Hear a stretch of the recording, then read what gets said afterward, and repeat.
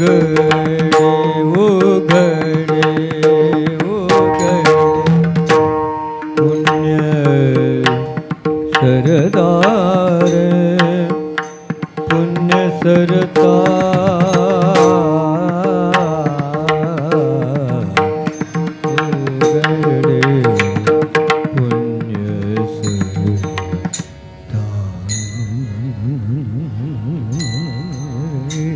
उघडे उघडे पुण्य सरता पुण्य सरता पुण्य सरता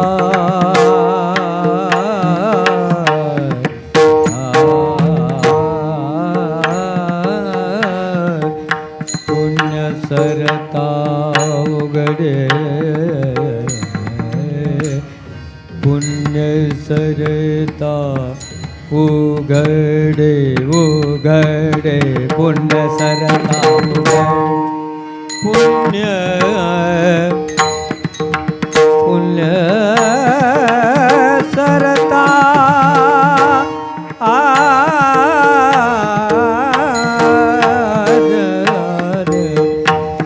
पुण्य सरता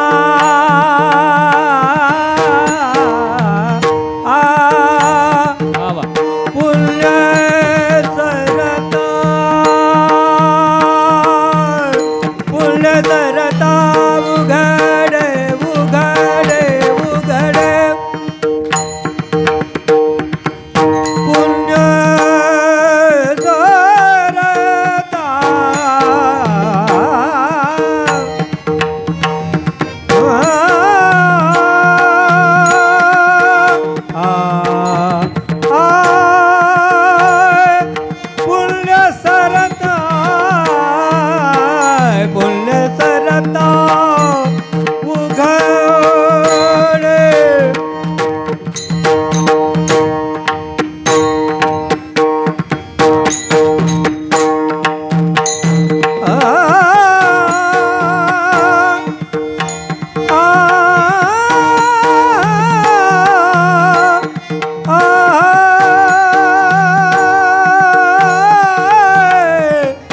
पुण्य सरता पुण्य सरता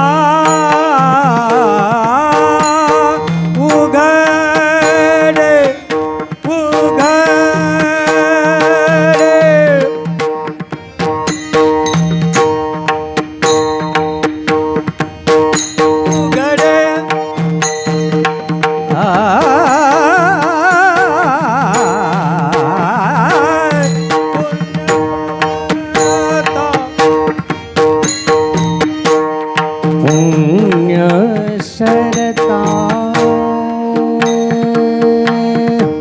खंडूचे थोडा आवाज द्या पुण्य सरता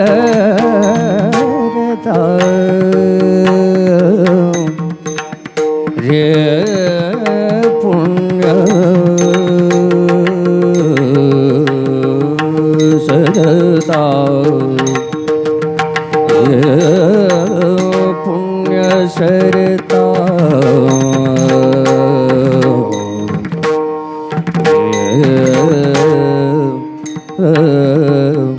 पुण्य पुण्य पुण्य सरता उघडे पुण्य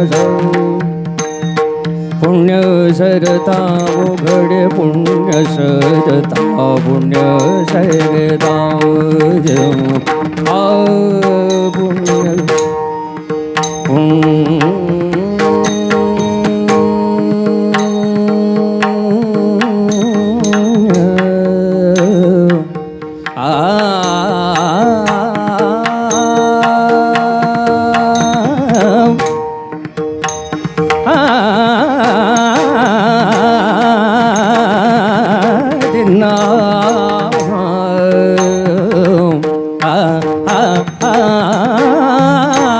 पुण्य सरता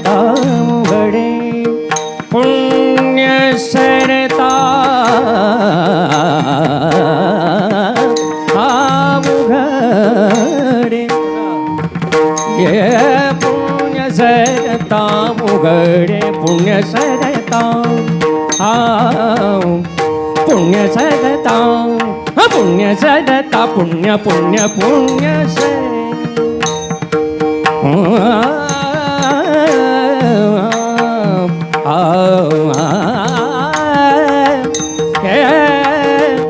पुण्य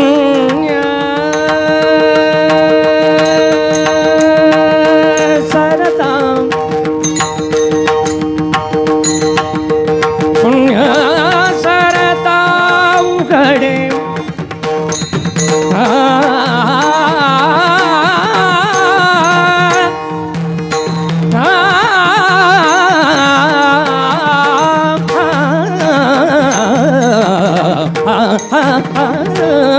पुण्य सरता पुण्य सरता पुण्य सरता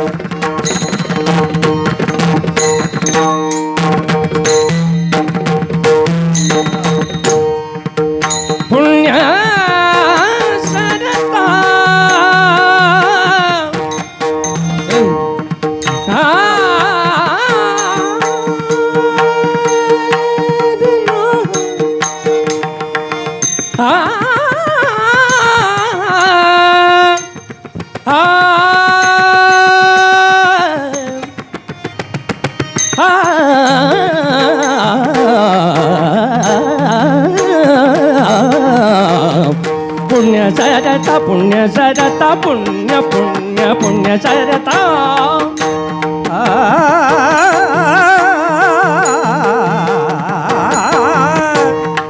पुण्य सरता उघडे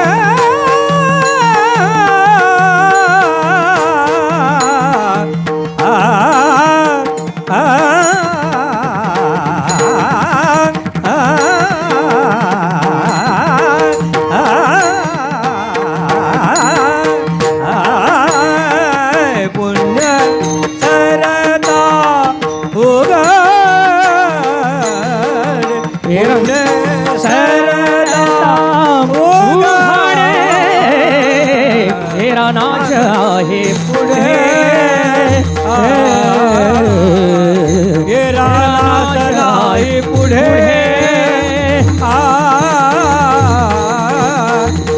नाश आहे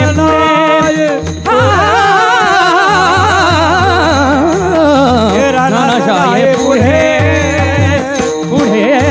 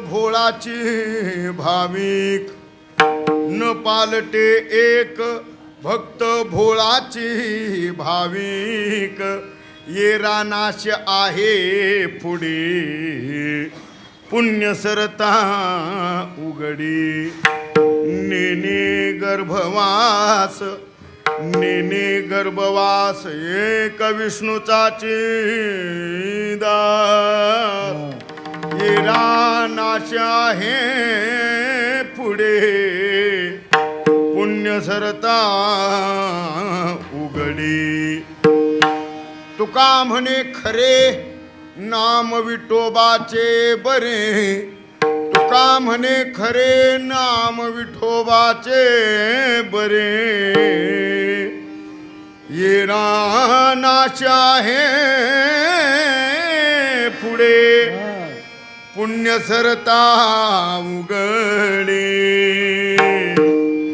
समचरण सरोजम सांद्रनीलामुदाभम जगननिहित पाणी मंडनम मंडनानाम तरुण तुलसीमाला कंदनम कंजनेत्रम सदैवलहासं विठ्ठलं चिंतयामि अलंकापुरी रम्य सिंहासनस्थं पदाम्भुज तेज स्फुरदिक् प्रदेशं विदिन्द्रादिदेवैः सदा स्तूयमानं समाधिस्थमूर्तिं भजे ज्ञानदेवं पांडुरंगा करू प्रथम नमन दुसरे चरणा संतांचिया त्यांच्या कृपादाने कथेचा विस्तारू बाबाजी सद्गुरु दास तुका आत्मरूप गणेशू केली स्मरण होय सकळ विद्येचे अधिकरण ते चिवंदू श्रीचरण श्री गुरूंचे ते नमस्कारुनी आता अभिनव वाग्विलासिनी जे चातुर्यार्थ कला कामिनी ते श्री शारदा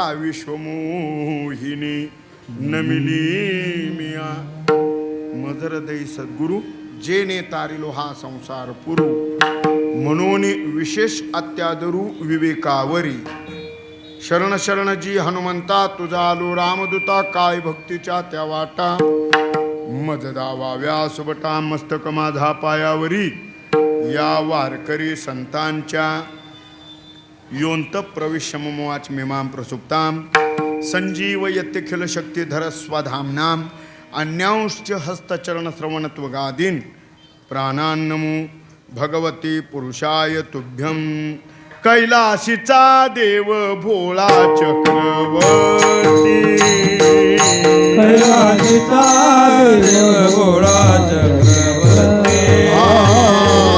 कैलाशीचा देव भोळा चक्रवर्ती कैलाशीचा देव भोळा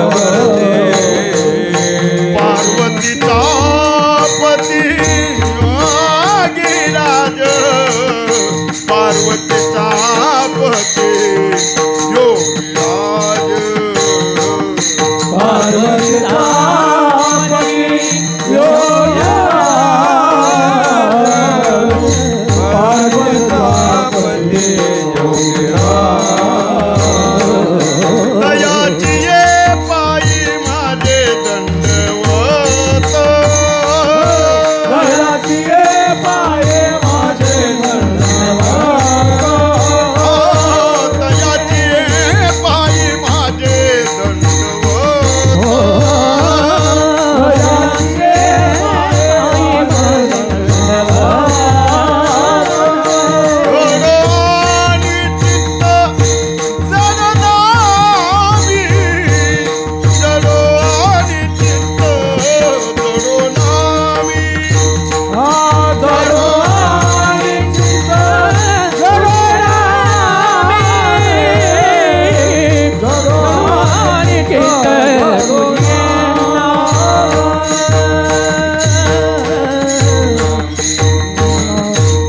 न पालटे एक भक्त भोळाची भाविक ये रानाश आहे पुढे पुण्य सरता उघडे प्रस्तुत प्राप्त प्रसंगी भगवत चिंतनासाठी निवडलेला अभंग विश्वसंत महाराष्ट्रभूषण वैराग्याचे महामेरू संतवर्य देहुनिवासी इंद्रायण तटविलासी महात्मे श्री संत जगद्गुरु तुकोबराय यांचा हा अभंग एकविध भाव या प्रकरणातील असून या अभंगाद्वारा श्री संत जगद्गुरु तुकोबाराय परमात्म्याच्या ठिकाणचा एकविध भाव कशा स्वरूपाचा आहे आणि तो कोणत्याही प्रकाराने पालटला जात नाही किंवा त्याच्यामध्ये बदल होत नाही असे एकविध भावावर आरूढ असणारे महात्मे, या महात्म्यांना पुन्हा पुन्हा गर्भवास नाही.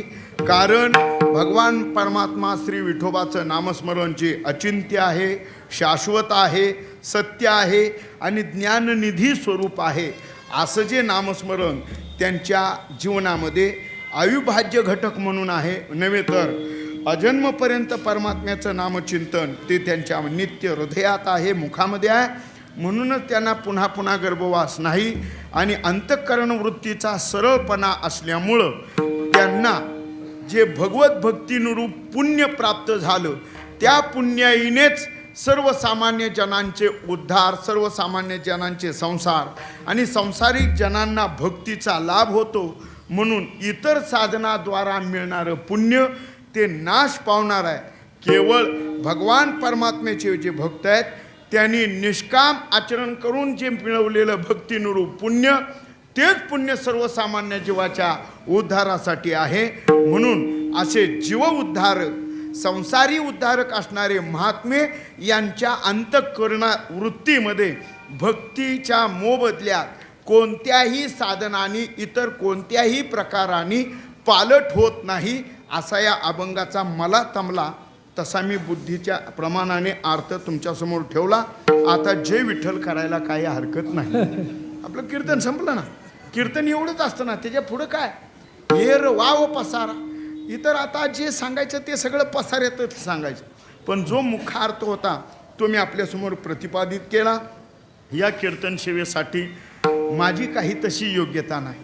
मी सर्वसामान्य साधा मनुष्य वारकऱ्यात राहणारा असल्यामुळं आणि सगळं आयुष्य आमचं गावाकडे गेल्यामुळं थोडंसं आणि गावाकडचे काही संस्कार असल्यामुळं माझ्या वाचेला जो काही दोष आहे, माझ्या स्वभाव दोषाला जो काही असे अवगुण आहेत आणि माझ्या ठिकाणी असणारी शब्द दरिद्रता, या गोष्टीमुळं कदाचित चिंतन मांडताना जवळ जवळ या.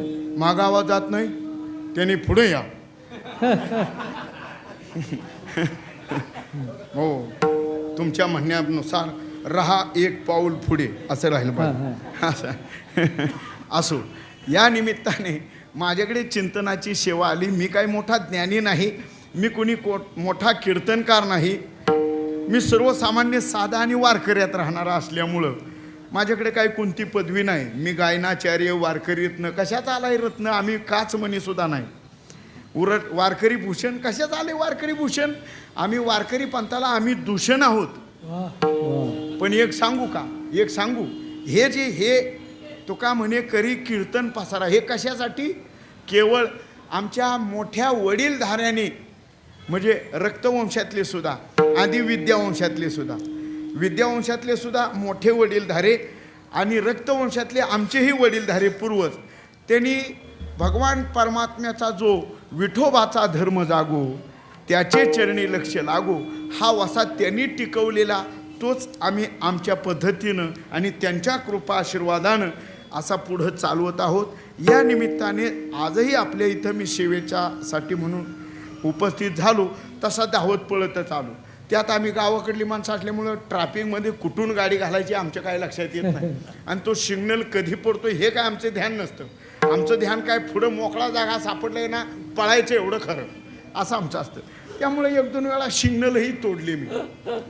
असा आलो चला. पण आपल्या इथं येणं झालं या निमित्ताने.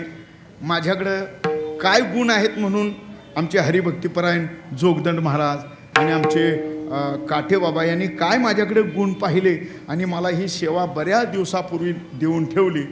आणि या सेवेच्या निमित्ताने आता तुम्ही सगळेजण एवढे मोठे बहुश्रुत श्रोते जमलेले आहात. तुमच्या पुढं विषय कोणता सांगावा असा प्रश्न आहे. कारण तुम्ही अनेक कीर्तनकारांना उगाळून पेलेली माणसं आहेत. हो, विशेषत्वाने आपले भजनरत्न, जुनं भजनरत्न हरिभक्तीपरायण आमचे आम्हाला गुरुस्थानी असणारे आरोबाबा आहेत, महाराज आहेत. आणि विशेष मृदंगाचे अतिशय श्रेष्ठ वैभव आणि सगळ्या कीर्तनकारांना मी सोडून सगळ्या कीर्तनकारांना टी व्हीच्या माध्यमाने महाराष्ट्राच्या समोर आणि संप्रदायामध्ये आपण श्रेष्ठ कसं व्हावं याचं दिग्दर्शन टी व्हीच्या माध्यमाने दूरदर्शनाच्या माध्यमाने प्रत्येक कीर्तनकाराला अगदी तळागाळातल्या ते मोठ्यातल्या मोठ्या कीर्तनकारांपर्यंत ज्यांची मजल आहे हरिभक्तीपरायण गंभीरदादा महाराज, तुम्ही आज आमच्यासारख्याच्या साध्याच्या कीर्तनात यावं हे आमचं परम भाग्य आहे. ठला विठ्ठला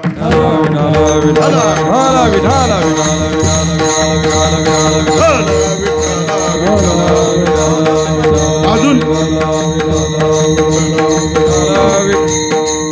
काय मी जरा याच्यापासून सावधच राहतो.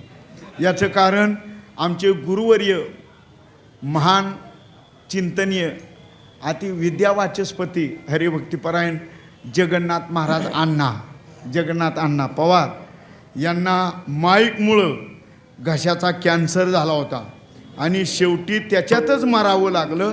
बरे झाले नाहीत. दुसरे एक बाबा महाराज सातारकरांचे चिरंजीव ज्या दिवशी घटना घडली होती त्या दिवशी त्यांच्या तिथं होतो, समोर उभा होतो, टाळ घेऊन समोर होतो. महाराज काय बरं का गंभीरदादा, काय माणसांना गायक लोकांना वगैरे सवय असते गळ्यात टाळ लोडण्यासारखा मोकळा, ते माईक धरायचा, हे ओठ आणि हे माईकाचं तोंड, सुरक्षित अंतर ठेवा यांच्याकडे अजिबातच नाही. लोकांवर वजन पडलं पाहिजे म्हणून ओठ घास. अरे काय ते काय लॉलीपॉप आईस्क्रीम आहे का? अरे हे इतकं जवळून बोलतात काय बोलायचं नाही. पण याच्यातलं मॅग्नेट स्वरयंत्राला खराबे आणतं. हे माणसानं बनवलेलं आहे आणि हे मग देवानं दिलेलं जपायचं का माणसानं दिलेलं? मी तेव्हापासून ठरवलं.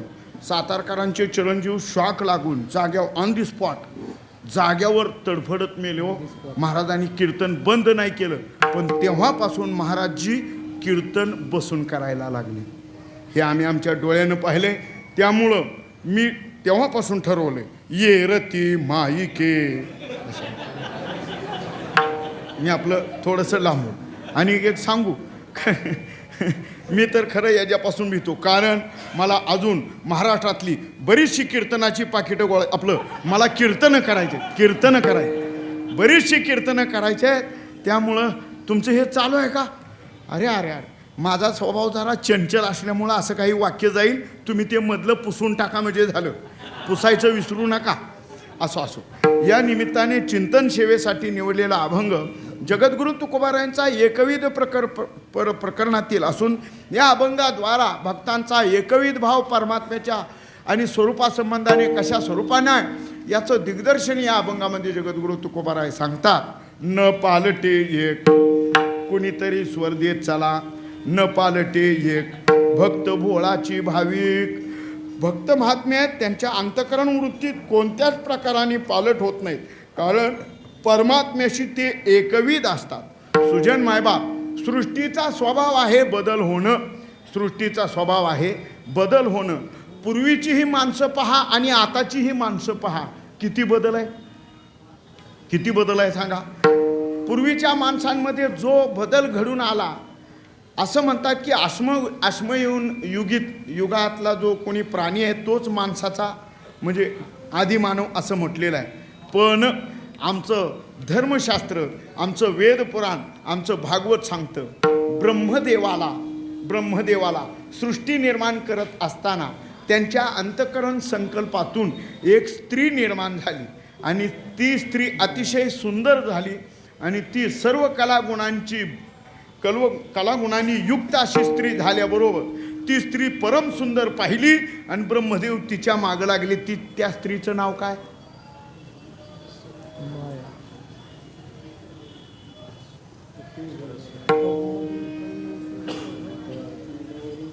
सगळ्या विद्येची देवता सरस्वती. देखणी पोरगी आपल्यापासून झाली, आपण बाप आहोत हे विसरले आणि ब्रह्मदेव तिच्या पाठीमागं लागले. मग ब्रह्मदेवापासूनच झालेले सप्तऋषी आणि सगळे प्रजापती, दक्ष, अंगिरा, पिप्पलाद, अविर्होत्री, अग्निहोत्री, हे जे ऋषी मंडळी आहे, मरीची ऋषी, कश्यपादी, कर्दमादी हे सगळे ऋषी महात्मे आपल्या वडिलांना म्हणजे ब्रह्मदेवाला नावं ठेवू लागले. आहा हा बाबा हे बरं नाही, हे बरं नाही. ज्ञानोबारायांनी त्याच्यासाठी ओवी घातली. पहा, ज्ञानोबारायांनी ओवी घातली. अंतःकरणात ब्रह्मदेवाच्या काम निर्माण झाला आणि त्या कामानेच बद्ध झालेले ब्रह्मदेव एकुलत्या एक पोरीच्या माग लागले. ज्ञानोबाराय ओवी सांगता, मज कामाचे निघाये ब्रह्मा कन्येची धरू जाये, पराशरे केले काय जीवा भोगिली दुर्गंधा. मला येतंय ना, चुकलं तर सांगित जा. पराशरे केले काय जीवा भोगिली दुर्गंधा. याच्या अगोदर ब्रह्मा कन्येची धरू जाये. ब्रह्मदेव त्या स्त्रीच्या मागं लागले. सगळ्यांनी नावं ठेवली, छितू केलं. मग मात्र ब्रह्मदेवांना पश्चाताप झाला आणि पश्चाताप दग्ध झाले ब्रह्मदेवानी. त्यांनी आसन मांडलं. अरे ज्या माझ्या अंतःकरण वृत्तीपासून मुलगी निर्माण झाली आणि त्या मुलीच्या मागं मी लागावं, हे बरं नाही. हे शरीरच त्याग करतो म्हणून ब्रह्मदेवानी आसन मांडलं आणि ध्यानधारणा केली आणि योगाने आपल्या शरीराचं दोन भाग केले. उजव्या भागाच्या शरीरातून जो तयार झाला त्याचं नाव आहे मनु आणि डाव्या भागातून जी स्त्री निर्माण झाली त्याचं नाव आहे इला. म्हणून स्त्रियांची आदी स्त्री इला आहे आणि माणसांचा आदी मानव मनु आहे. आपण माकडापासून नाही, हे लक्षात ठेवा. विठ्ठला विठ्ठला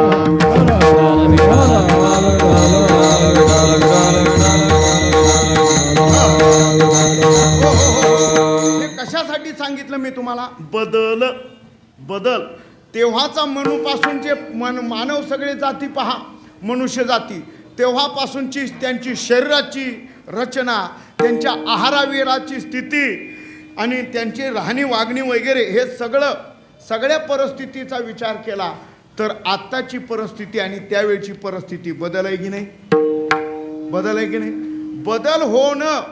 बदल होणं हा सृष्टीचा क्रमच आहे. ज्ञानोबाराय सांगतायत, उपजे ते नासे पूर्ववटी जे माया दिशे. ज्ञानोबाराय सांगतात उपजे ते नासे, जे जन्माला आलंय, जे इथं निर्माण होत आहे त्याची आणि समाप्तीची तारीख ठरलेली आहे.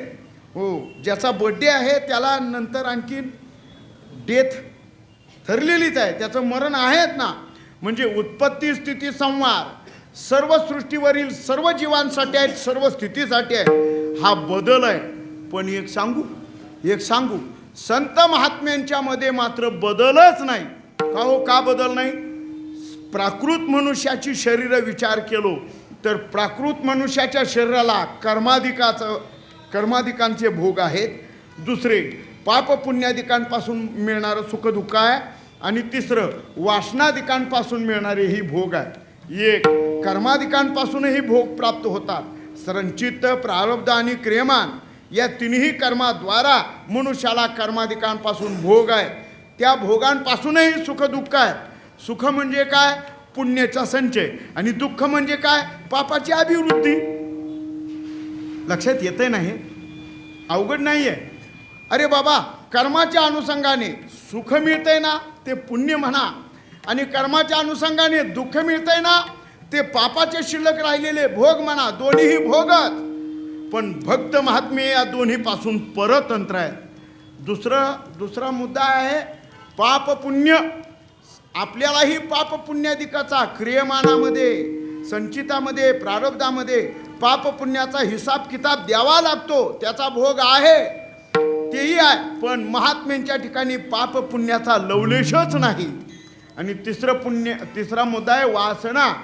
तुम्हा मला वासनेच्या संयोगाने भोगाधिकांची प्राप्ती आहे. त्यानुसार आपल्या अंतःकरणात इच्छित प्राप्त झालेले विषय, त्या विषयावर असणारी मनुष्य मात्राची अंतरिंग असणारी आसक्ती आणि विषयाबद्दल असणारं जी काही कृती आहे म्हणा, सकर्तुकपणा, त्या कर्तुकपणेबद्दल असणारा अहंभाव, या द्वारा जी निर्माण होती ती वासना, त्यापासून कधी आपल्याला सुखही मिळतं पण दुःख मात्र कमीच मिळतं वासनाद्वारा. पण महात्म्यांच्या बाबतीत म्हणाल तर महात्म्यांची वासनाच निर्वासन स्वरूपाची झाल्यामुळं त्यांना कोणत्याच प्रकारचा बदल नाही. एक दुसरी गोष्ट, पहिला मुद्दा, कर्माच्या अनुषंगाने जन्म आहे तो कुणाला आहे सांगा? अहो कर्माच्या अनुषंगाने जन्म आहे तो तुम्हा आम्हाला, आपल्याला कर्माच्या अनुषंगाने जन्मच आहे ना. ज्ञानोबा महाराज म्हणतायत का ना, आगा कर्मी जे उरावे तैतीही सुख दुःखी फळावे, तया ते भोगावया यावे, देहा एका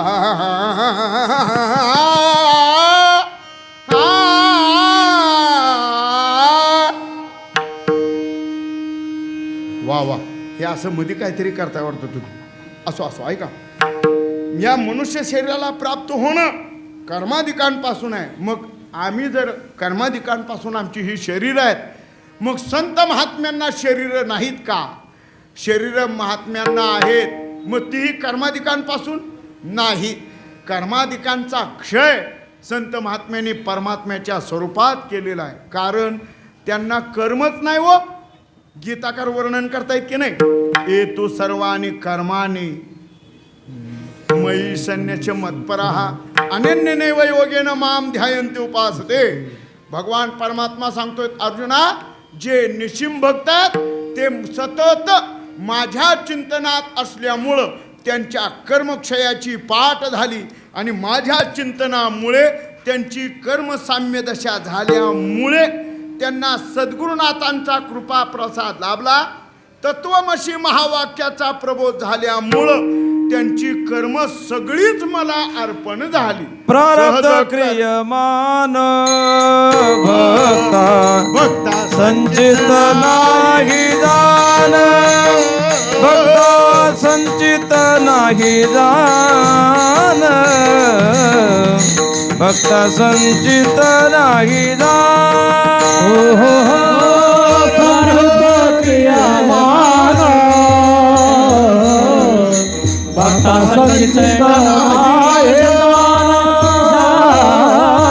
भक्ता संचित नाही जाण,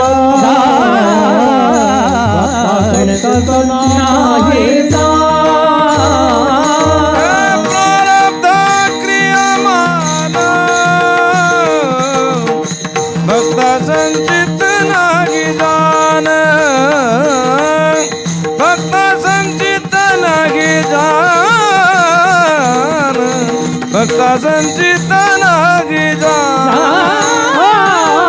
प्रारब्ध क्रियामान भक्ता संचित नाही जाण, भक्ता संचित नाही जाण, भक्ता संचित नाही जाण. अशा श्री गुरु कृपा प्रसाद लाभलेल्या भक्तांनी जर आपली कर्म मग प्रारब्धाती असतील, संचिताती असतील वा क्रियमानातील असतील, तिन्ही प्रकारची कर्म भगवान परमात्म्याला ब्रह्मार्पण बुद्धीने अर्पण केलीत ना. एकनाथ महाराजांचं संध्या प्रकरण आहे, त्याच्यातला अभंगातलं शेवटचं चरण पाहना. सहज कर्मेती झाली ब्रह्मार्पण, जननो हे हा अवघा जनार्दन, ऐचे ऐकता निवती साधू जन, एका जनार्दनी बांधली निज खुण, झाली संध्या संदेह माझा गेला, आत्माराम हृदयी प्रगटला.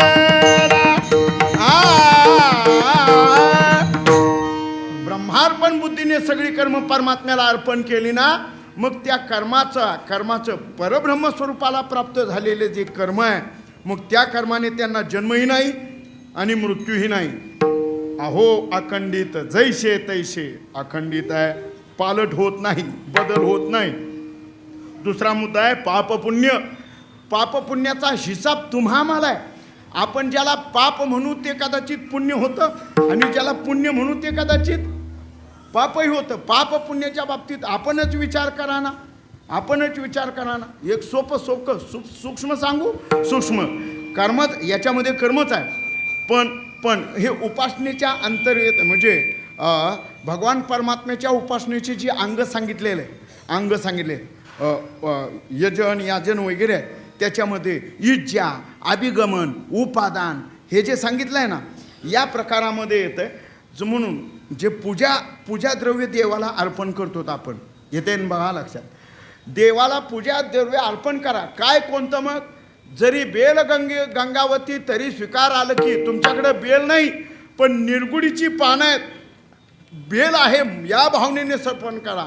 तुमच्याकडे कोणतं फूल नाही पण एक असं फूल आहे ज्याला कोणत्याच प्रकारचा सुगंध नाही, पण देवा हे फूल मी तुम्हाला अर्पण करतो या सद्भावनेनं द्या. भगवान परमात्मा देटून फेडिता सेवी आदरेची या नियमाने तो घेईल. पण ते जे कोणतं फूल आहे ते फूल देवाला वाहत असताना आपण त्याचा सुगंध घेतला तर देवाला वाहणं हे पुण्य आहे. सूक्ष्म सांगतो मी तुम्हाला, थोडंसं एवढं सूक्ष्म आहे. पण तेच फूल आपण देवाला वाहण्या अगोदर आपण सुगंध घेतला तर ते पाप झालं का पुण्य झालं? अहो एवढ्याच्या सूक्ष्म गोष्टीने मनुष्याच्या जीवनात दोष निर्माण होतात. एवढ्याशा सूक्ष्म गोष्टीने. गौतम दादा आता कीर्तनाचं हे सांगायलाच नको असं वाटतंय. ठला विठ्ठला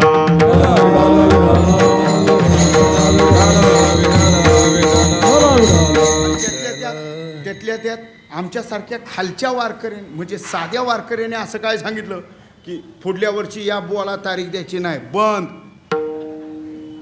काय न्याय आरू बाबा? हे तुम्ही मोठी माणसं आहे, तुमच्या निदर्शनाला हे लवकर येत नाही. आम्ही साधे आहेत ना, सगळ्या सार्वभौम क्षेत्रात राहतोत ना आम्ही, त्यामुळं आम्हाला लवकर दिसतं हे. ठला विठ्ठला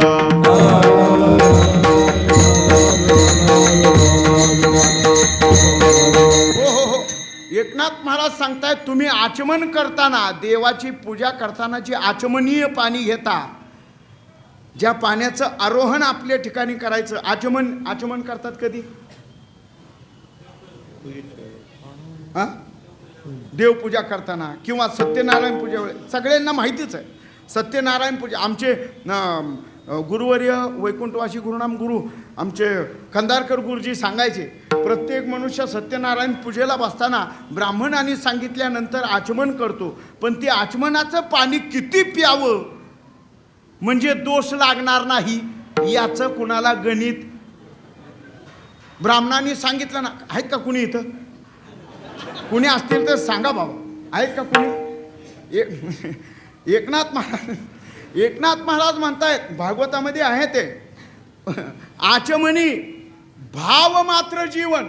एक उडदाचा दाना भिजेल एवढं पाणी 3 वेळेला आचमन करावं, 4थ्या वेळेला खाली सोडावं ज्या पात्रामध्ये.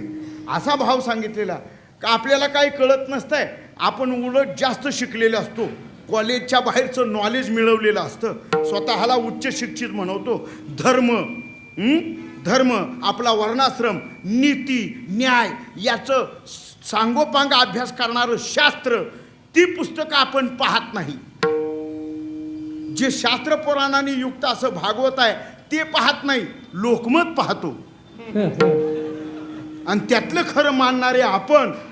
आणि मग हे पाणी किती प्यावं कळत नाही, किती पिलं पाहिजे, किती वेळा पिलं पाहिजे हे तर कळत नाही. एकनाथ महाराज सांगतायत पूजा करत असताना जे आचमनीय पाणी, उडदाचा दाना भिजेल एवढं पाणी प्यावं आणि 3च वेळा प्यावं तेवढंच पाणी.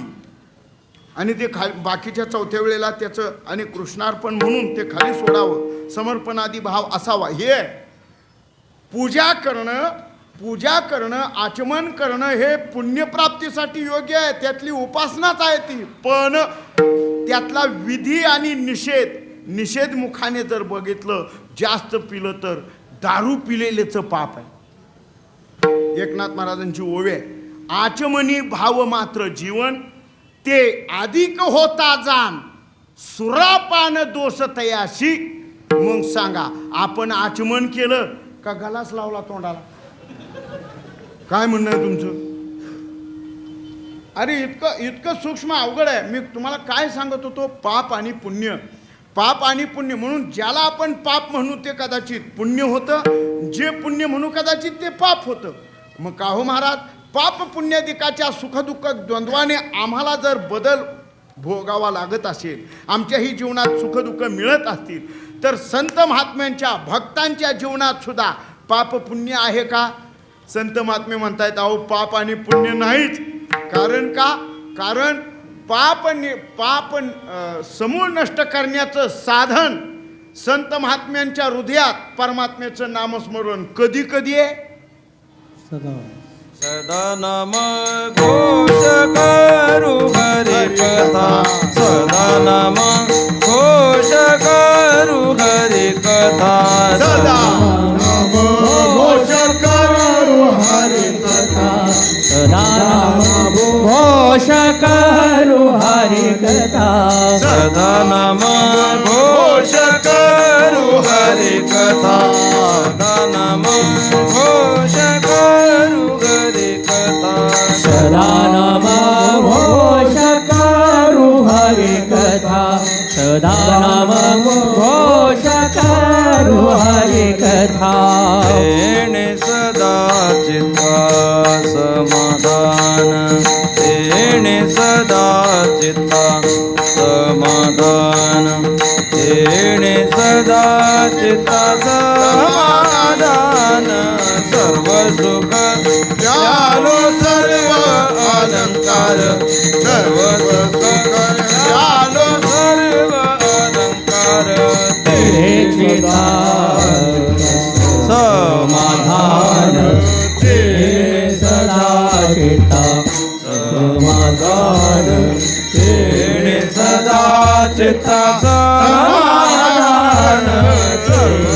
सदा चित्ता समाधान, सर्व सुख ज्ञानो सर्व अलंकार, सर्व सुख ज्ञानो सर्व अलंकार. किंवा सगळ्यांच्या प्रमाण पाठ आहे पहा, दिन रजनी हाची धंदा, गोविंदाचे पवाडे सहजतया जना छंद, वाचे गोविंद गोविंद. परमात्म्याचं चिंतन करणं हे त्यांच्या जीवनाचा अविभाज्य घटक आहे ना. मग सांगा, जर परमात्म्याचं चिंतन त्यांच्या हृदयात निशिदिनी असेल, तर मग पाप राहण्यासाठी त्यांचं अंतःकरण तेवढं पाहिजे ना मोकळं. एक सांगू, पाप होण्यासाठी वृत्ती असावी, पाप होण्यासाठी वृत्ती असावी. त्या वृत्तीच्या समोर ज्या संबंधाने पाप करायचंय तो विषय सादृश्य असावा, तो विषय समोर असावा, आणि त्या विषयाची ज्याच्याबद्दल पाप करायचंय त्या विषयाशी समरस होण्यासाठी इंद्रियामध्ये पातव्य शक्ती असावी. ते जर नसेल, त्या विषयाला अनुसरून, त्या भोगाला अनुसरून जर शरीरामध्ये पातव्य शक्ती नसेलच, तर मग विषयाधिकांकडून आणि इंद्रियाधिकांकडून पाप घडेल? तुमच्या लक्षात नाही येईल? येतंय ना? अहो पाप घडणारच नाही ना. कारण विषयाधिकांपासून मिळणारं सुख आणि त्या विषयाधिकांचा समोर प्राप्त होणारा भोग घेण्यासाठी इंद्रिय त्या वृत्तीवर नाहीतच, इंद्रिय तिकडं जातच नाहीत, मग पाप होईल कसं? एक सांगू, कबीरदासजींनी थोडासा याच्यामध्ये थोडासा सवड दिलेली आहे. थोडासा कबीरदासजी म्हणतात, अरे मन गया तो जाने दे, मन गया तो जाने दे, मत जाने देना शरीर. पण आपलं तसं नाही. मन गया तो जाने दे, उसके पीछे भी लगे शरीर. अरे आपलं शरीर त्याच्या मागच लागतंय. मला हे सांगायचे, ज्यांची मनोवृत्तीत अखंड परमात्म्याचं, अखंड जया तुझी प्रीती अशी जर परमात्म्या स्वरूपाच्या ठिकाणी त्यांची वृत्ती जडलेली असेल, तर त्यांच्याकडून पाप होईल कसं? दुसरी गोष्ट, पाप राहणारच नाही. कारण पापादिकांचं नाश करणारं परमात्म्याचं नामस्मरण त्यांच्या हृदयात कधी कधी आहे सांगा? ते पांडुरंग ध्यानी पांडुरंग ध्यानी पांडुरंग मनी पांडुरंग ध्यानी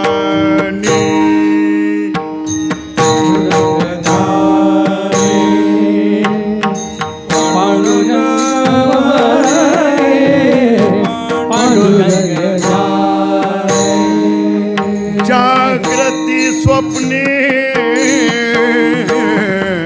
पांडुरंग जागृती स्वप्ने पांडुरंग पांडुरंग ध्यानी पांडुरंग मनी पांडुरंग ध्यानी पांडुरंग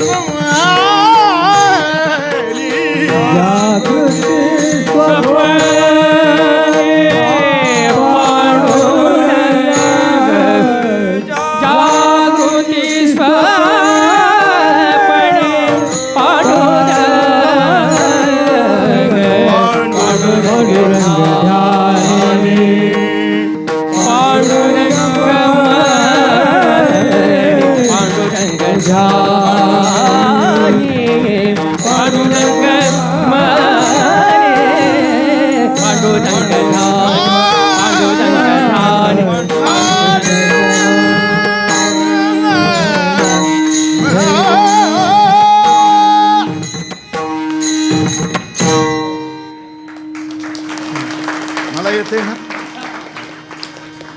पांडुरंग ध्यानी पांडुरंग मनी सहज जाण्यात ही जर अशी स्थिती प्राप्त आहे मग सांगा बरं नामस्मरण हे इतकं प्रभावी साधन आहे.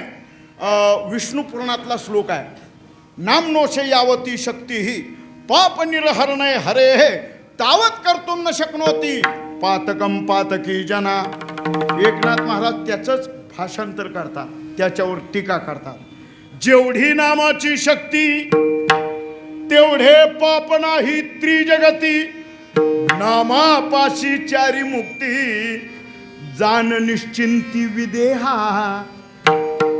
विदेही जनका ऐक अरे नामस्मरणात एवढी परमात्म्याच्या नामचिंतनात एवढी ताकद आहे जेवढं या पृथ्वीवर पापच नाही तेवढं अधिक प्रभावी नामस्मरण एका क्षणात पापाची गंजीच्या गंजी जाळून टाकते. आणि असं नामस्मरण एकविध असणाऱ्या भक्तांच्या हृदयात असेल तर त्यांच्याकडे पाप होईल का? नाही. आमच्याकडे पापच नाही हो.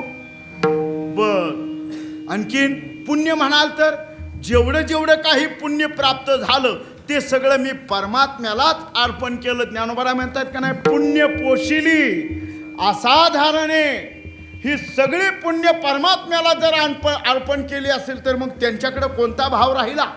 सर्व समर्पणादी भाव त्यांच्या ठिकाणी असल्यामुळं पाप आणि पुण्य नाही म्हणून जन्म नाही म्हणून त्यांच्यात बदल नाही.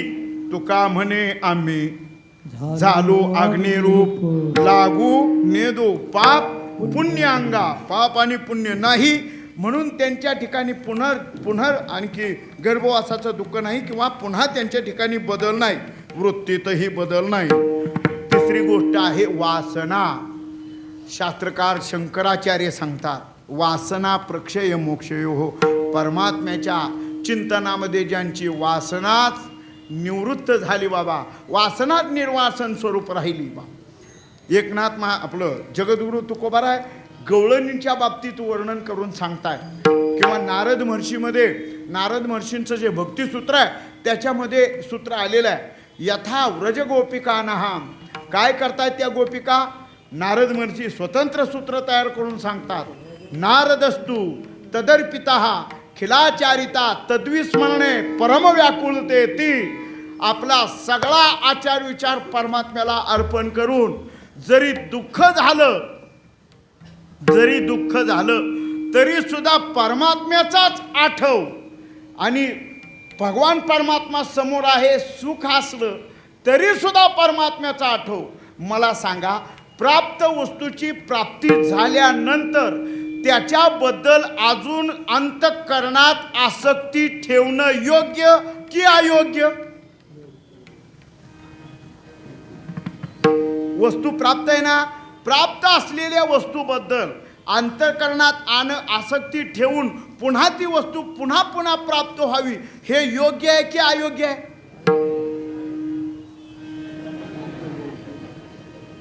पण विषय कोणता आहे पहा, प्राप्त झालेला विषय कोणता आहे हे पहा.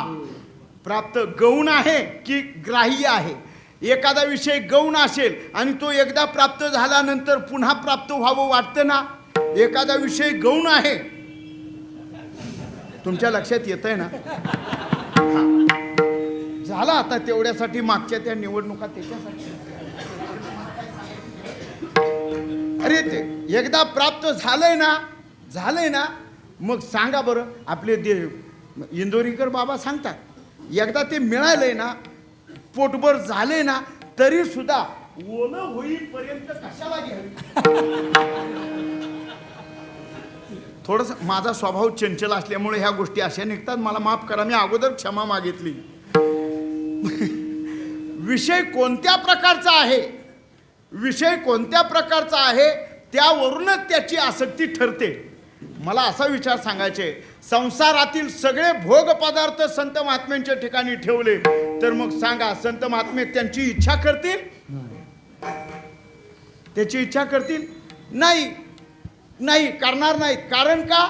या सगळ्या संसारातल्या प्राप्त असणाऱ्या सगळे पदार्थ मायावश आहेत, नाशिवंत आहेत आणि क्षणलव विरसम असे आहेत.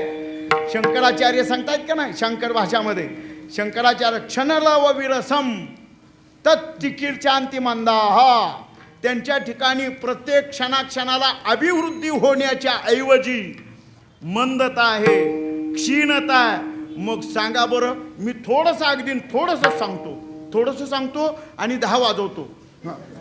थोडंसं काळजी करू नका, थोडंसं सांगतो, थोडंसं सांगा बरं, आपल्याला पत्नी मिळावी अशी आसक्ती आहे की नाही?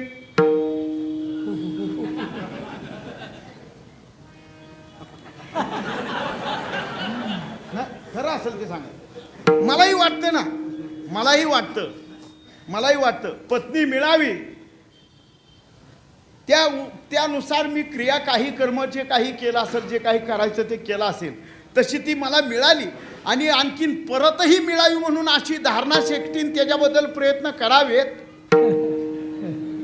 अरे एकच मिळता नाकी 9 होतंय आणि सांभाळता आहे तीच नाकाला शेंबूड आणती. आणखीन दुसरी, अरे हे त्याचे अजून सांगू, अर्थाना मार्जिने क्लेशेस तथैव परिपालने नाशे दुःखम व्यय दुःखम धिगरदान क्लेशकालीना. धनाबद्दल तुमची जशी आहे तशी माझी सुद्धा आसक्ती आहे, पण ते धन कोणत्या मार्गाने आल्यानंतर सुख प्रदान करेल आणि कोणत्या मार्गाने आलंय त्याच्यामुळं दुःख आपल्याला होईल, याचा सारासार विचार कोणाला करावा लागेल? आपल्यालाच ना. पत्नी एक आहे, ती सुख देणारी आहे की दुःख देणारी आहे? जरासं थोडंसं उद्दालक ऋषींच्या जीवनात जावं. समुद्र मंथनातून 2 स्त्रिया निघाल्या. एक निघाली लक्ष्मी आहे ना, नाही होय, ज्यांचं वाजलंय त्यांनी तरी सांगा. समुद्र मंथनातून काय काय निघालं? बरोबर ना? अहो आपल्या मंगलाष्टका नाहीत का म्हणत? मंगलाष्टकाच्या वेळेला हे म्हटलं जातं, 14 रत्नांचं वर्णन केलं जातं, आहे का नाही? मंगलाष्टका कधी म्हणतात? वर्षश्राद्धाला. आपलं काय ते हे कीर्तनात कुठं म्हणतात? अरे बाबा, हेही विसरलो. लग्न वेदीवर बोहल्यावर असताना आपलं काही लक्ष नसतं म्हणा, आपलं दुसरीकडेच लक्ष असतं. आपलं लक्ष नसतं त्यावेळेला ते ब्राह्मण व आपल्याला मंत्रोच्चाराने सांगतात, लक्ष्मी कौस्तुभ पारिजातक सुरहा धन्वंतरी चंद्रमा गावकहा मधुगाहा स्वरहा स्वरगजो रंभा दिनेवांगना. म्हणजे मी काही इथं लग्न लावायला आलेलं नाही, पण सहज आठवलं म्हणून बोललो. आणि ही लक्ष्मी समुद्र मंथनातून निघाली. 14 रत्न जशी मुख्य आहेत तशी उपरत्न सुद्धा निघाली. त्या उपरत्नामध्ये लक्ष्मीच्या सोबतच निघालेली अवदसा सुद्धा निघाली. आणि लक्ष्मी म्हणते अहो, म्हणजे आपल्या यांना, त्यांचा जो कोणी आहे लोडना आपलं म्हणजे विष्णू, त्यांना म्हण अहो माझ्या बहिणीचा कसा संसार होईल. या अवदशेचा उद्धार भगवान परमात्म्याला सगळं श्रुत होतं, ज्ञान होतं, म्हणून भगवान परमात्म्याने सांगितलं तुझ्याही बहिणीची व्यवस्था करतो मी, काही असा हे होणार नाही. म्हणून लक्ष्मीच्या बहीण अवदसा, या अवदशेला उद्दालक ऋषींशी लग्न करून दिलं आणि उद्दालक ऋषींच्या घरी श्राद्ध होतं. त्यावेळेला हिनं ती पाण्यामध्ये शिरली. काय झालं, ही पाण्यामध्ये शिरली. ते श्राद्ध तर्पणाचा नैवेद्य वगैरे घेऊन पाण्यात शिरली. उद्दालक म्हणतात अगं जाऊ नको खोल पाण्यात, मी खोल पाण्यात जाणार. अगं बुडू नको, मी बुडणार. अगं वाहून जाशील, मी वाहत जाणार. अवदसा पाण्याच्या प्रवाहाबरोबर गेली वाहत आणि उद्दालक ऋषी उगम स्थानाकडे चालले. तिकडं काही ऋषी मंडळी आणिक करणारी भेटली. का हो इकडं कुठं, काय नाही, आमच्या वडिलांचं तीर्थरूपांचं आज श्राद्ध तर्पण होतं, ते केलं आणि ते करत असताना माझी बायको तिनं स्वतःहून पाण्यात माझ्या वडिलांसाठी ते नैवेद्य सोडला आणि ती ते पाण्यात बुडली, हो वाहून गेली. असं बाकीचे ऋषी म्हणाले काय उद्दालक महाराज, ती वाहत गेली असेल, खालीच जाणार ना. इकडं आपलं खाली कुठं आहे, इकडं आहे ना, इकडं आहे का, इकडं आहे, बरं असू दे, कुठं असेल तिथं, ते खाली जाणार ना. मग खाली वाहत गेली, तिकडं खाली बघायचं सोडून तुम्ही इकडं उलट का. कारण तिनं आयुष्यात सोयीचं काम कधी केलंच नाही, नेहमी उलटच करत आली, म्हणून बुडालेली वाहून गेलेली कदाचित तिच्या स्वभावाप्रमाणे उलटी वाहत आली तर. आता ऐका ऐका मुद्दा काय तुमच्या लक्षात आलं म्हणायचं. हे मला वाटतं हे असले चुरमुरे असले की लोकांना आनंद वाटतो.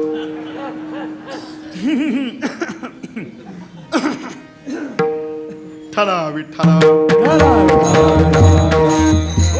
ऐका ऐका, मी काय सांगितलं, पत्नी प्राप्त आहे, त्या प्राप्त असलेल्या पत्नीबद्दलचे जे आसक्ती आहे ती कारणापुरती असावी ना. स्त्री स्वस्त्रीसही कार्यापुरते भोगावे स्पर्शावी निरुते, एकनाथ महाराजांनी सांगितलं की नाही.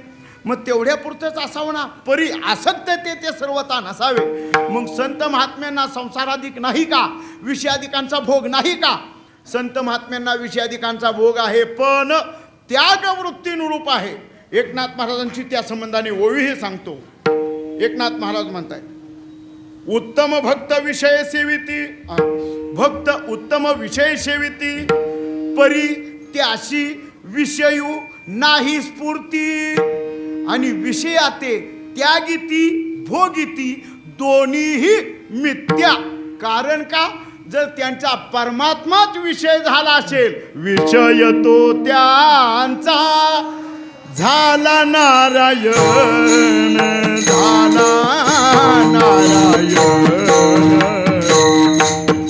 विषय तो त्यांचा झाला नारायण,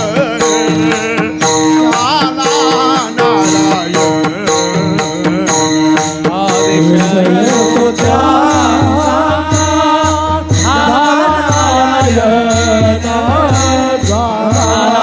नारायण. विषय तो त्यांचा झाला नारायण, झाला नारायण. नावडे जनधन माता पिता, माता पिता. नावडे जनधन माता पिता, माता पिता. विषय तो त्यांचा झाला नारायण, झाला नारायण. विषय तो त्यांचा झाला नारायण, झाला नारायण.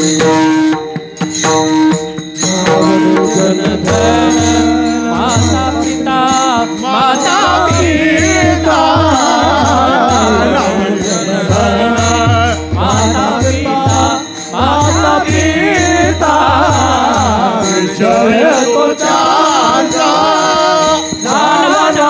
झाला नारायण विषय तो त्याचा झाला नारायण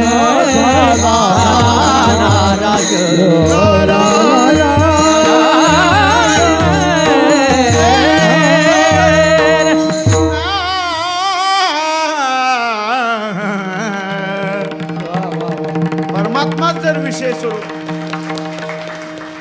काय आलं तुम्ही टाळ्या का वाजवला कोण आलं निवडून अरे विषय जर परमात्मा झाला असेल तर मग त्यांची विषयाबद्दलची वासना राहते नाही वासनेचा क्षय झाला जगद्गुरु तुकोबाराय आपल्या अभंगामध्ये सांगतात गवळणींना भगवान परमात्मा श्रीकृष्णाचा विरह झाला तरी सुद्धा त्याचं चिंतन कोणी सांगाया गोविंदाची शोधे होते वाहिले लपाला आता खांदे कोठे आडाली हे देह बुद्धी धावा आळवा करुणा कृपा निधी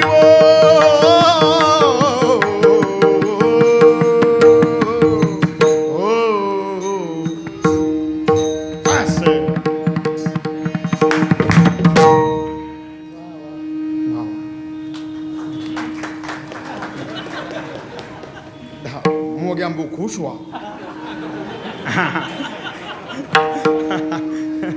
अरे बाबा याची कुणीतरी सांगा ना तुकोबाराय सुद्धा असंच वर्णन करतायत का नाही आता काय करू सांगावं आता काय करू सांगावो मज भेटेल कैसा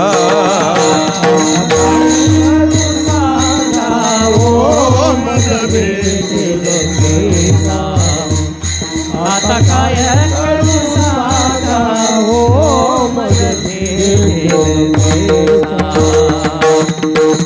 हरे लागे प्राण फुटे होरी लागली आशा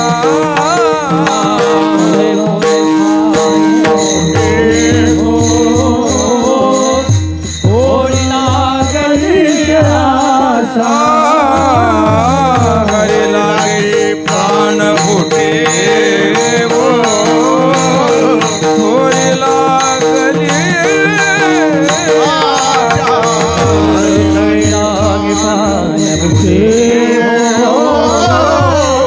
होरी लागली आता काय करू सांगा ओ मज भेटेल कैसा आता काय करू सांगा ओ मज भेटेल कैसा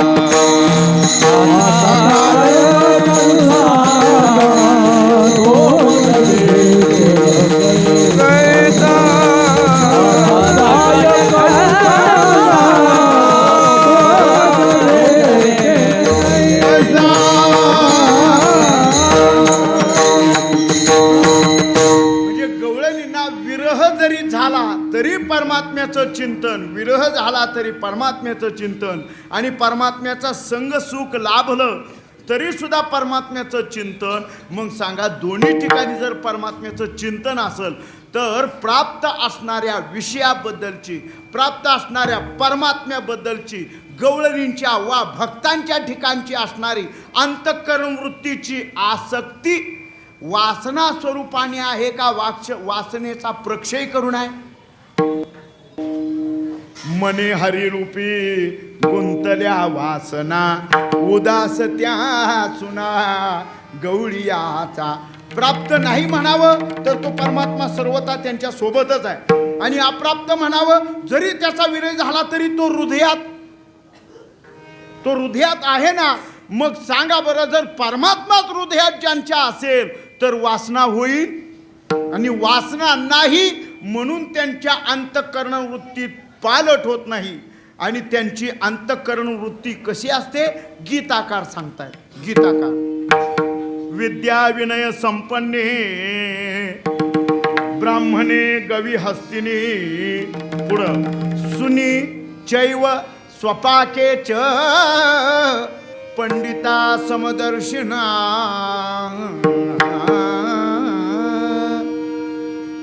पंडिता समदर्शिना सुनी चैव स्वपाके श्वापद असू देत नाही तर आणखी मानव असू दे ज्यांच्या हृदयात दिसेल त्यांच्या हृदयात भगवत स्वरूपच पाहण्याची ज्यांची भावना आहे आणि त्या भावनेत काही बदल नाही याला म्हणतात अंतःकरणाचा सरळपणा यालाच म्हणतात भोळा भाविक अशा भोळ्या भाविकांच्या वृत्तीमध्ये पालटच होत नाही हे अभंगाच्या पहिल्या चरणात पालटे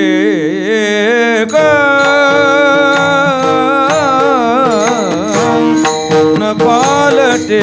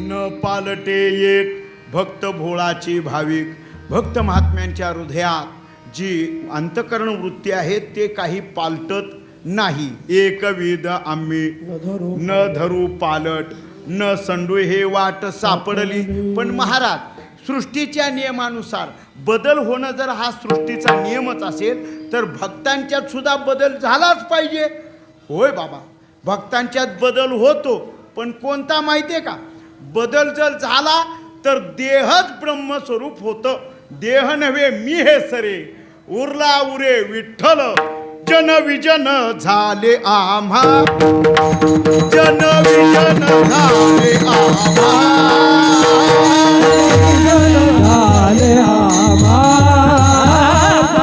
जन झाले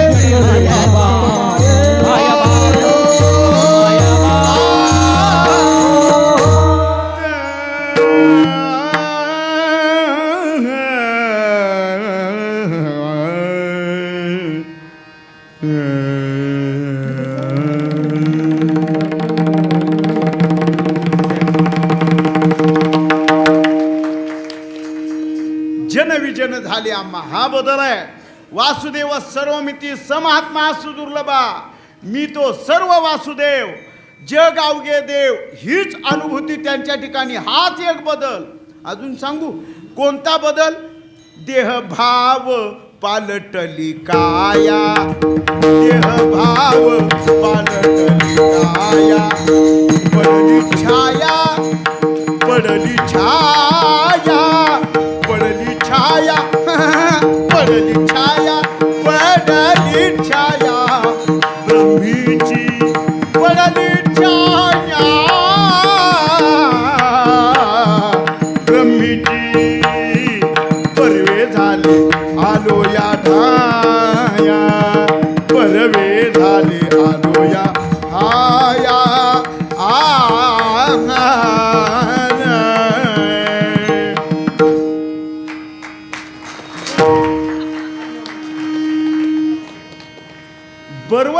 बरं झालो आलो या ठाया. तुकोबाराय सांगतात नाटाच्या अभंगात, बरवे झालो आलो या ठाया, होते संचित ठाईचे पाया, देहभाव पालटली, देहभाव पालटली. मग काय राहिलो हो सांगा? उरली छाया ब्रह्मीची. जर देहच परब्रह्म स्वरूप झाला असेल मग वृत्तीत पालट सहजिकच आहे हो. तुका म्हणे मग नये वृत्ती वरी सुखाचे आत्मानुभवाच्या ठिकाणी संत महात्मे विराजमान झाले म्हणून त्यांचा एकविधपणा पालटत नाही. न पालटे एक भक्त भोळाची भाविक. भोळा का म्हटलेला आहे? अंतःकरणाचा सरळपणा म्हणून भोळा. सुख दुःख सुख काय ते सुख दुःख सुख क्षमी समलोष्टाश्म कांचन किंवा सुख दुःखे समे कृत्वा लाभा लाभो जया जयो.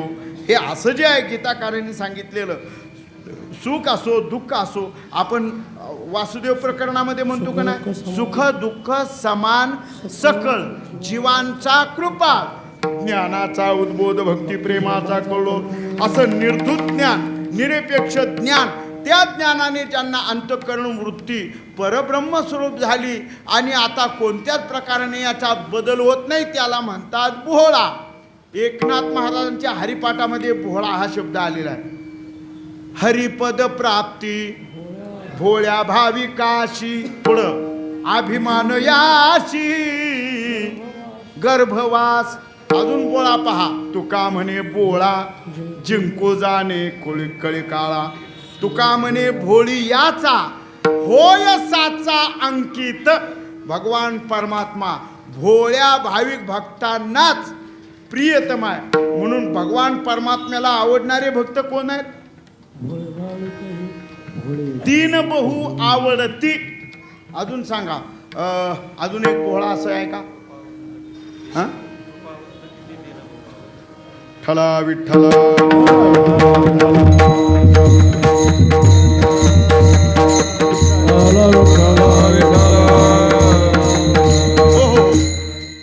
भोळे भाविक हे जुनाट चांगले. कितीतरी उदाहरणं येता येतील. त्यांना भोळेपणा म्हणा. असे भोळे भाविक भक्त आहेत, त्यांच्या अंतःकरण वृत्तीत पालट होत नाही. आणि मग काय सांगा, अहो त्या सगळ्या कर्माधिकांचा क्षय झाला, पाप पुण्य शिल्लक राहिलं नाही, वासना निर्वासन स्वरूप झाली, त्यामुळं त्यांना गर्भवास नाही. नेने गर्भवास एक विष्णूचा, त्यांना गर्भवास नाही. मग गर्भवास नसल्यामुळं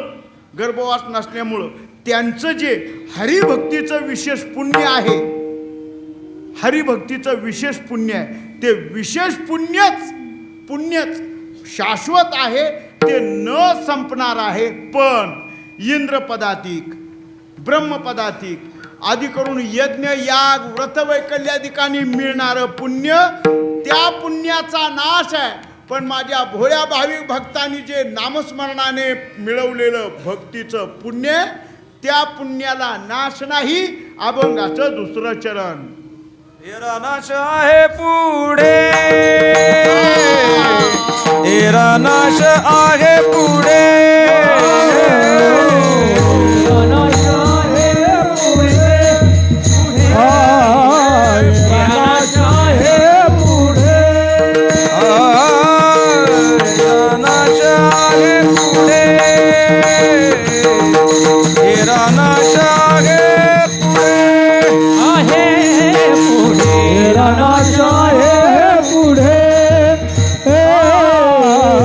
तेरा पुण्य सरता उखडे पुण्य सरता उखडे तेरा नाश आहे पुढे पुढे तेरा नाश आहे पुढे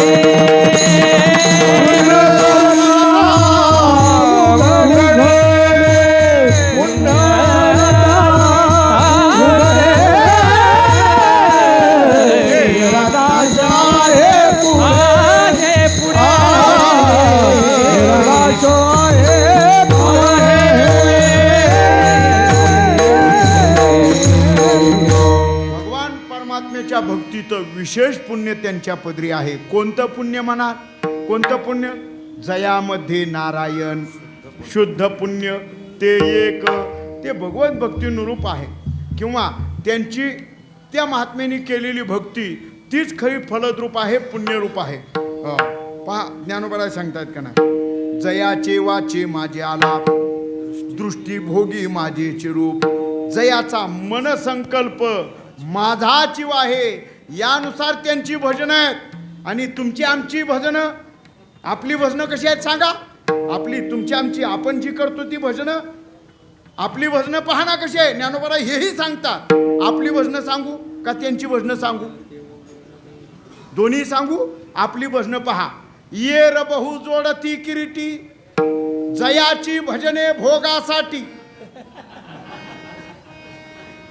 जे आशा तिमिरे दृष्टी मंद झाले. ही आपली भजनं. आणि संत महात्म्यांची भजनं पहा. मने वाचा करणी जयाची भजने देवाची वाहनी ते ते देह जाते जनी देवाची झाले.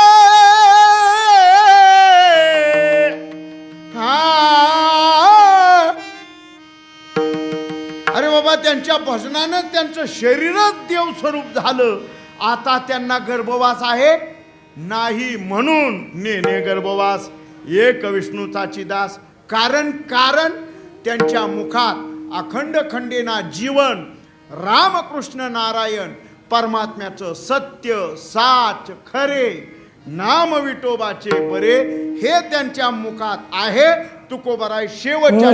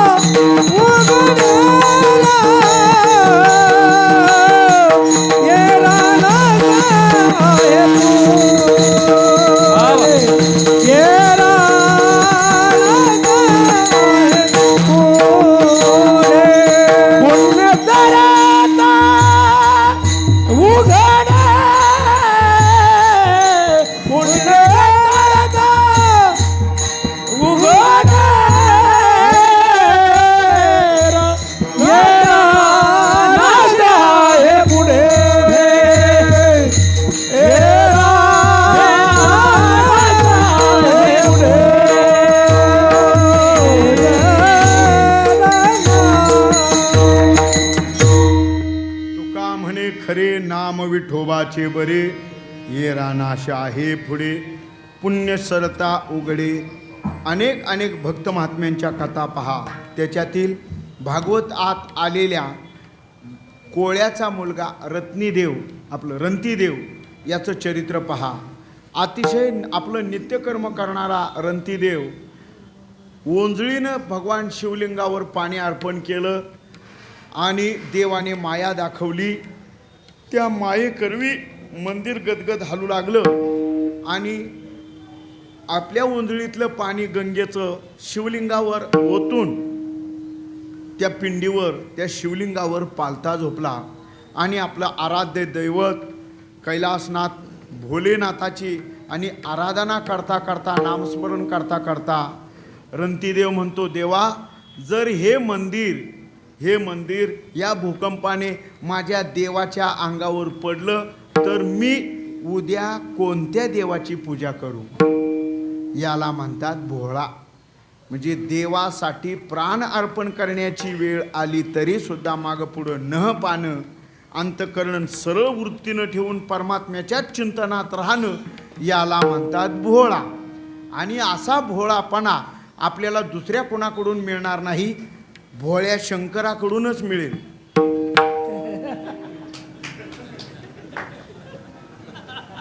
माझं नाव शंकर आहे ना, आणि उद्या माझाच उपवास तुम्ही धरणार आहात म्हणजे भगवान शंकर. हो, पण ऐका, तो भगवान शंकर, हे भगवान शंकर कैलासात म्हणजे हिमालय पर्वतात राहत होते, सासरवाडीत राहत होते. हा शंकर सुद्धा सासरवाडीतच राहतो. त्या भगवान शंकराकडे वाहन म्हणून नंदी होतं. माझ्याकडे आल्टो गाडी आहे, ती बी सेकंड हँड. त्या भगवान शिवशंकराच्या कंठामध्ये नागराज होते, फक्त माझ्या गळ्यात तुळशीची माळ आहे. सोन्याचा सुद्धा नाग केलेला नाही. सामान्य आहे मी. अरे भगवान शिवजी खरं तर परमार्थाचं मुख्य बीज आणि महावैष्णव जर कोणी असतील तर भगवान भोलेनाथ. भक्तीचा सोहळा शिवे दाखविला डोळा. आपल्या या संप्रदायाचा मुख्य ज्येष्ठ वारकरी जर कोणी म्हणाल तर भगवान महादेव आहे. आणि अशा भोळ्या सांबाची भक्ती करून आपल्याही अंतःकरणाचा सरळपणा याच्या भक्तीने आपला सर्वांना प्राप्त व्हावा अशी मी शुभकामना व्यक्त करतो. पण थोडीशी लांबलेली ही सेवा थोडीशी आकडतो. ज्ञानेश्वर विठोबा रखुमाई,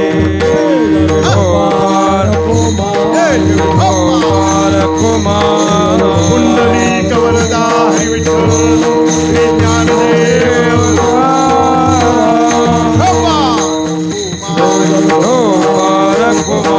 ज्ञानेश्वर माऊली, ज्ञानेश्वर माऊली, कुंडली कवरदा